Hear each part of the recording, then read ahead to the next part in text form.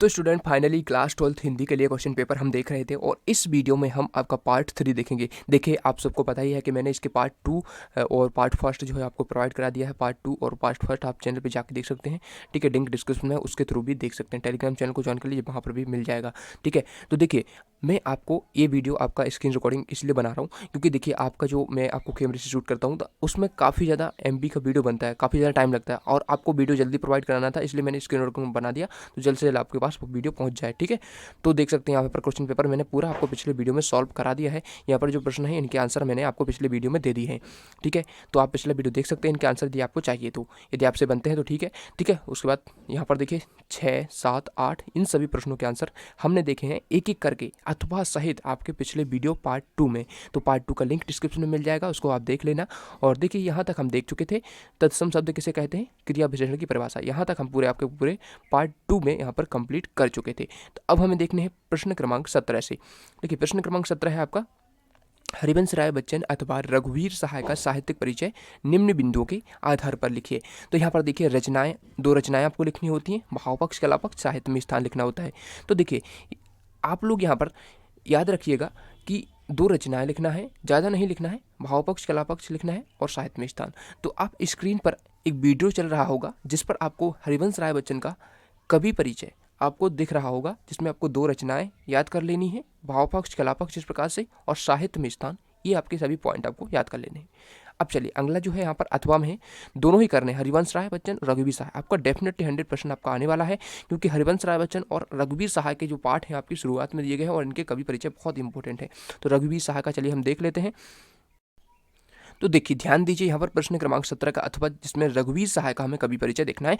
तो देखिए उनकी रचनाएं आपको याद रख लेनी है। यहाँ पर देखिए उनकी रचना हो जाएंगी, हंसो हंसो जल्दी हंसो, लोग भूल गए एक समय था, और सीढ़ियों में धूप में, ठीक है, सीढ़ियों पर धूप में, ठीक है। तो ये आपके 2 रचनाएं, हंसो हंसो जल्दी हंसो और एक समय था, ये आप 2 याद कर सकते हैं। लोग भूल गए ये भी कर लेना, ताकि आपको 2 तो अच्छे से याद रहना ही चाहिए।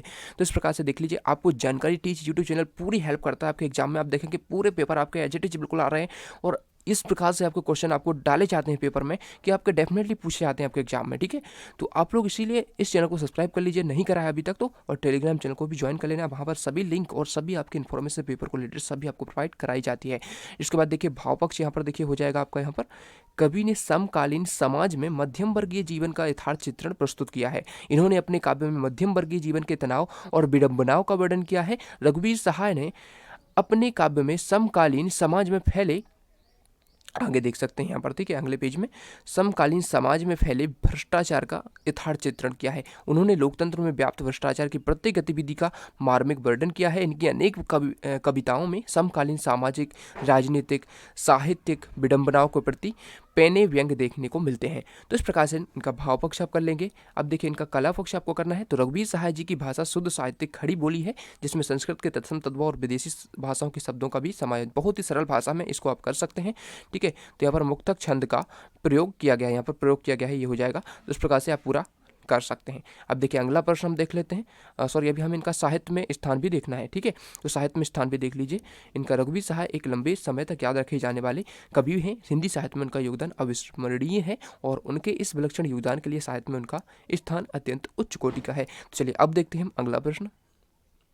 तो देख लीजिए यहाँ पर आपका अगला प्रश्न है, महादेवी वर्मा अथवा जैनेन्द्र कुमार का साहित्यिक परिचय निम्न बिंदुओं के आधार पर लिखिए। तो ध्यान दीजिएगा यहाँ पर हमें महादेवी वर्मा का लिखना है और जैनेन्द्र कुमार का, दोनों का ही आपको करना है, ठीक है। तो देख लीजिए 2 रचनाएं, भाषा शैली, साहित्य में स्थान हमें लिखना है। तो महादेवी वर्मा का पहले देख लेते हैं, फिर जैनेन्द्र कुमार का देख लेंगे, ठीक है।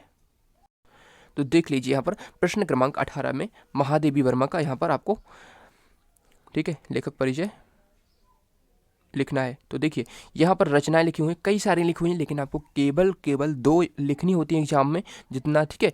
तो आप देखिए 2 याद कर सकते हैं, नीरजा, रश्मि, दीपशिखा, यामा। इसमें से कोई 2 आप सरल सी कर लीजिए जो आपको याद हो जाएं, ठीक है। तो ये आपकी 2 रचनाएं हो जाएंगी, पूरा नहीं लिखना है, 2 रचनाएं लिखनी होती है। उसके बाद देखिए भाषा इनकी लिखनी है आपको। यहाँ पर भाषा आप पूरी पढ़ लीजिए, बस इसको थोड़ा शॉर्ट करके लिख देना, ठीक है। आपकी भाषा यहाँ पर महादेवी वर्मा की भाषा अत्यंत उत्कृष्ट, समर्थ तथा सख्त है। तो इस प्रकार से आप देख लीजिए, आपकी हिंदी भाषा के साथ साथ बांग्ला के, संस्कृत के शब्द भी मिलते हैं। इस प्रकार से आप सरल से सरल आप लिखिएगा एग्जाम में। शैली में देख लीजिए, आप 2-3 शैली आप लिख देंगे एग्जाम में। महादेवी वर्मा एक यथार्थवादी लेखिका थी, इतना लिख लेंगे। उसके बाद उनकी शैलियाँ निम्नलिखित रूप से हैं। पहली है सूत्रात्मक शैली, चित्रात्मक, और 2 से 3-4 आप लिख सकते हैं, ठीक है। पूरे मार्क्स आपको मिलेंगे, पूरी लिखने की जरूरत नहीं है। साहित्य में स्थान उनका देखिए, साहित्य में स्थान इस प्रकार से लिख सकते हैं। महादेवी वर्मा का हिंदी में अत्यंत प्रतिभावान कवित्रियों में से उनका स्थान है। छायावादी युग का साहित्य स्तंभ है वो, ठीक है। हिंदी साहित्य को अपना योगदान उन्होंने काव्य के रूप में दिया है। तो इस प्रकार से इनका साहित्य में स्थान हो जाएगा। देखिए अथवा वाला जो प्रश्न है, प्रश्न क्रमांक 18 है, जिसमें हमें जयंत कुमार का साहित्यिक परिचय देखना है। तो उनका भी देख लीजिए, रचनाएं आपकी उनकी हो जाएंगी। कहानी संग्रह फांसी, एक रात, स्पर्धा, खेल, ये सभी उनके कहानी संग्रह है। उपन्यास में देख सकते हैं। तो आप कोई 2 याद कर लीजिए इनमें से, जो आपको सरल सी लगे। अब देखिए, उनकी भाषा इस प्रकार से हो जाएगी, और शैली इस प्रकार से उनकी कर लीजिए, ठीक है। और साहित्य में स्थान इस प्रकार से हो जाएगा। अब देखते हैं अगला प्रश्न। तो अब देखिए, ध्यान दीजिएगा, यहाँ पर अगला प्रश्न है, प्रश्न क्रमांक 19। निम्नलिखित अपठित गद्यांश को पढ़कर दिए गए प्रश्नों की उत्तर लिखिए। 3 अंक का आपका अपठित गद्यांश आने वाला है। और इसमें देखिए, जो अपठित गद्यांश आएगा, इसमें अपठित का मतलब यही होता है कि जो आपने कभी ना पढ़ा हो, ठीक है। तो मैं ये प्रोवाइड करा रहा हूँ आपकी प्रैक्टिस के लिए, लेकिन ए आएगा ऐसा कोई निश्चित नहीं है। लेकिन जो अन्य प्रश्न प्रोवाइड कराता हूँ वो आपके डेफिनेटली आते हैं, ठीक है। तो अपठित गद्यांश है, इसको आपको पढ़ लेना है, उसके कर लेना है, इसको सॉल्व आप अपने हिसाब से कर सकते हैं। और वैसे ये आए ऐसा इसमें कोई निश्चित नहीं है, क्योंकि अपठित हमेशा बदल के आते हैं पेपर में, आपने देखा होगा, ठीक है। और अपठित पद्यांश भी आता है, तो इस प्रकार से इसको भी पढ़ लीजिए। लेकिन प्रश्न क्रमांक 20 है, ये आपका डेफिनेटली मुझे लग रहा है बिल्कुल 100% आएगा। मैं जग जीवन का भार लिए फिरता हूँ, फिर भी जीवन में प्यार लिए फिरता हूँ, कर दिया किसी ने झंकर जिनको छूकर, मैं सांसों के 2 तार लिए फिरता हूँ। तो ये वाला आपका देखिए आने वाला है। और उसमें देखिए अथवा में है, दोनों के हम आंसर देख लेते हैं बात सीधी थी पर, ठीक है।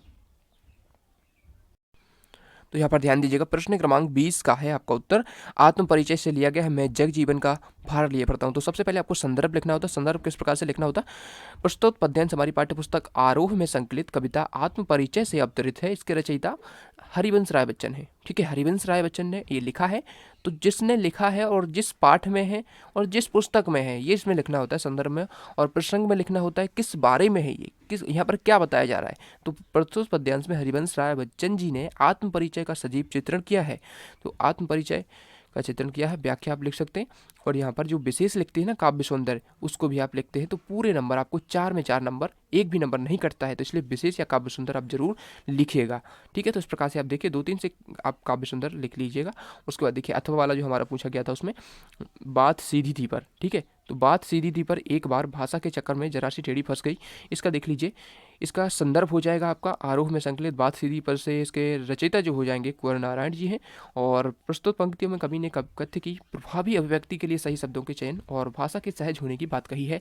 व्याख्या आपकी हो जाएगी, यहाँ पर अगले पेज में भी है, ये व्याख्या हो जाएगी। काव्य सुंदर भी देख लीजिए। चलिए अगला प्रश्न हम देखते हैं। देखिए अब हमारा जो प्रश्न पूछा गया है यहाँ पर, भक्तिन और मेरे बीच में सेवक स्वामी का संबंध है। तो ये जो आपका गद्यांश दिया गया है, इसकी भी संदर्भ प्रसंग सहित व्याख्या करनी है। 4 अंक का आता है, ये तो बहुत सरल होता है। इसको थोड़ा आपको अपनी सरल सी भाषा में लिख देना है, इसका व्याख्या, और आपको पाठ याद रखना है और किसने लिखा है वो याद रखना है। तो आपको पता है महादेवी वर्मा ने लिखा है और भक्तिन पाठ से लिया गया है, हमारी पाठ्यपुस्तक आरोह से लिया गया है। तो इसका मैं आंसर आपको दिखा देता हूँ, ठीक है। साथ ही इसका अथवा वाला भी देख लीजिए, दोनों में साथ में आपको बता दूंगा, ठीक है। इसका अथवा वाला है, बाजार में एक जादू है, वह जादू आँख की तरह आँख की राह काम करता है। तो इस प्रकार से दोनों देख लीजिए, ठीक है। इसका आंसर हम देखते हैं। तो ध्यान दीजिएगा, आपका यहाँ से हो जाएगा। और भक्तिन और मेरे बीच सेवक स्वामी का संबंध, यहाँ से आपको देखिए पूरा आप कर लेंगे यहाँ से। और संदर्भ मैंने बता ही दिया, प्रस्तुत पद्यांश हमारी पाठ्य पुस्तक आरोह के पाठ भक्तिन से लिया गया है, जिसकी रचयिता महादेवी वर्मा है, ठीक है। ये आप लिख देंगे संदर्भ। पूर्ववत नहीं लिखना है, कई लोग यहाँ पर गलती करते हैं, पूर्ववत लिख के आ जाते हैं। आप लोग 12th में यार, 12th में हैं आप लोग, पूर्ववत नहीं लिखना है। कुछ लोग जो है पूर्ववत लिख देते हैं, उनको मतलब देखिए जो पुस्तक होती है, गाइड होती है, उसमें जो पहले दे दिया है और उसके बाद पूर्ववत लिख देते हैं। तो आपको नहीं लिखना है, आपको तो पेपर में पूरा लिखना रहेगा, ठीक है। तो मैंने बता दिया है आपको, वो लिख लीजिए। प्रस्तुत गद्यांश में भक्तिन के स्वतंत्र अस्तित्व एवं व्यक्तित्व की बात की गई है, ठीक है। और इस प्रकार से व्याख्या आप कर सकते हैं, इसमें कोई दिक्कत नहीं है, पढ़ लीजिए, सिंपल सा है। उसके बाद देखिए विशेष में आप 4 से 5 पॉइंट लिख सकते हैं। खड़ी बोली को अपनाया गया है और यहाँ पर इस प्रकार से वाक्यों को बहुत ही बड़ा होने में भी भावों की सरलता है, इस प्रकार से हो जाएगा। उसके बाद देखिए अथवा वाला जो है इसका, बाजार में एक जादू है, वह जादू आँख की राह कम करता है। तो ये देखिए, ये जो है जयनेंद्र कुमार ने लिखा है बाजार दर्शन पाठ से, ठीक है। तो इसका बना सकते हैं प्रस्तुत गद्यांश है ये। प्रस्तुत गद्यांश हमारी पाठ्य पुस्तक आरोह से लिया गया है, आरोह भाग 2 से लिया गया है। आपके पास पुस्तक आरोह भाग 2 है, से लिया गया है, जिसके कौन से पाठ से, बाजार दर्शन पाठ से लिया गया है, जिसके रचयिता जयनेंद्र कुमार हैं, ठीक है। तो इस प्रकार से हो जाएगा संदर्भ और प्रसंग आप देख लीजिए, और व्याख्या भी आप देख लीजिए, ठीक है। ये व्याख्या हो जाएगी और विशेष भी देख लीजिए। आप देखते हैं 22वां प्रश्न, जिसमें आपका पूछा गया है 22वां प्रश्न मैं दिखा देता हूँ पहले। तो देख लीजिए यहाँ पर 22वां प्रश्न आपका हो जाएगा, अपने मित्र को हायर सेकेंडरी परीक्षा में प्रथम श्रेणी में उत्तीर्ण होने की बधाई पत्र लिखिए, ठीक है। तो ये वाला आपको कर लेना है। उसका नगर पालिका अध्यक्ष को जल अनियमित आपूर्ति के संबंध में शिकायती पत्र और निबंध भी आप देख लीजिए। मैं आपको इनके बता देता हूँ दोनों ही, कोरोना से बचाव और प्रदूषण 2 मैं आपको बता रहा हूँ। आप विज्ञान के चमत्कार भी पढ़ लेना, नारी महत्व भी पढ़ लेना, जो भी आप पढ़ लेंगे वैसे निबंध तो आप अपने हिसाब से बना के लिख सकते हैं, ठीक है। और इन दोनों के आंसर मैं बता देता हूँ आपको। तो प्रश्न क्रमांक 22 में आप इस प्रकार से आंसर लिख सकते हैं, ठीक है। प्रश्न क्रमांक 22 में था, अपने मित्र को हायर सेकेंडरी परीक्षा में, हाई स्कूल हायर सेकेंडरी कुछ भी आए तो उस हिसाब से आप लिख सकते हैं, प्रथम श्रेणी उत्तीर्ण होने की बधाई पत्र लिखना है। तो इस प्रकार से आपका हो जाएगा, उसको आप पढ़ सकते हैं और लिख सकते हैं आराम से, ठीक है। अथवा वाला जो है, अथवा वाला भी देख लेते हैं। जबलपुर नगर निगम के निगमायुक्त को नियमित जल आपूर्ति करवाने हेतु आवेदन पत्र। तो इस प्रकार से उसके हिसाब से जो भी पेपर में आए उस हिसाब से आप लिख सकते हैं। जबलपुर का है, जो भी जिस जगह का है वो लिख सकते हैं, और कुछ ना आए तो आप कुछ भी लिख सकते हैं, ठीक है। उसके बाद देखिए हमारा निबंध लेखन भी हो जाता है प्रदूषण की समस्या का।